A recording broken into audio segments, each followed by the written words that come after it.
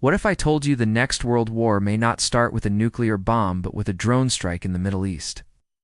The sirens that screamed through Tel Aviv in April 2024 weren't just warnings. They were history repeating itself louder, closer, and far more dangerous. Because this time, it wasn't a proxy. It wasn't a terrorist cell. It was Iran, launching over 300 drones and ballistic missiles directly at Israeli soil. For decades, the world watched as Israel and Iran danced at the edge of war covert assassinations. Cyberattacks, sabotage, and threats traded like currency in a Cold War shadow. But in 2024, that shadow war erupted into the open. And now, in 2025, the big question is no longer if, but when. When does the retaliation go too far? When does restraint break? And is this how World War III begins? Let's trace the path that brought us here. It started with an airstrike. April 1st, 2024. An Israeli jet flattened Iran's diplomatic compound in Damascus. Among the dead, senior members of the Islamic Revolutionary Guard Corps, including key strategists tied to Hezbollah and Syrian militias. Iran called it an act of war. 12 days later, they responded not with words, but with warheads. Drones fought 110 missiles. The other ballistic weapons streamed across the skies into Israel's heartland. Military bases shook. Airfields were damaged. Israel's famed Iron Dome lit up the night like a video game, but some missiles got through. The red line had been crossed.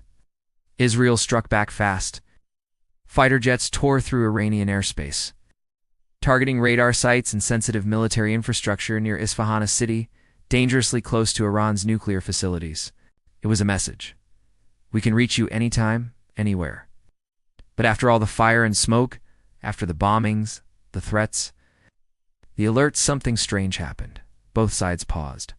No ground invasions. No full-scale escalation. Why? Because both Israel and Iran understand the scale of what's at stake. And so does the world.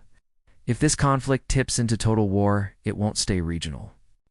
The United States has military bases across the region and political obligations to Israel.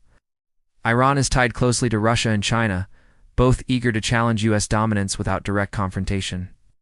And then there's Hezbollah, with over 150,000 rockets ready to fire from southern Lebanon. Hamas, still smoldering from the Gaza war, is not defeated. The Houthis in Yemen have already shown they can strike Israeli ships in the Red Sea. This is a powder keg with 1,000 fuses. And let's not forget the nuclear element.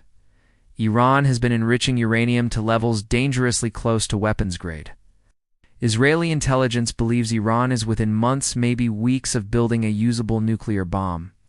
And if Iran gets the bomb, Israel will strike. It has done it before against Iraq's Asarik reactor in 1981 and Syria's Al-Kabor facility in 2007. But Iran is no small state. It's a regional superpower with a vast missile arsenal and deeply embedded alliances. Israel's military strategy is clear: preemption. Iran's strategy is also clear: deterrence through escalation. This combination is a dangerous game of chicken, and the world is caught in the middle. Meanwhile, the streets of Tehran are boiling. Sanctions have crippled Iran's economy.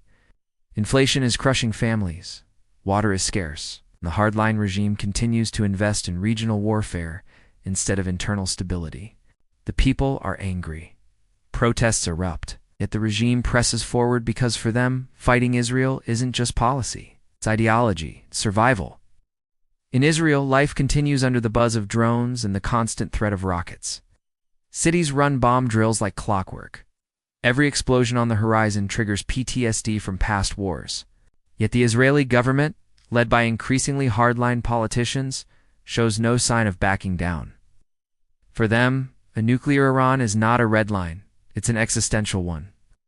Internationally, diplomacy is fading. The nuclear deal is dead. Back channels remain, but they're thin threads hanging over a sea of fire. The United States is distracted by internal political chaos and upcoming elections. China and Russia are forming deeper ties with Iran: fuel, weapons, intelligence. Saudi Arabia is attempting to walk a tightrope, offering cautious support for Israel but avoiding direct involvement. The world is realigning. The unipolar moment of American dominance is gone.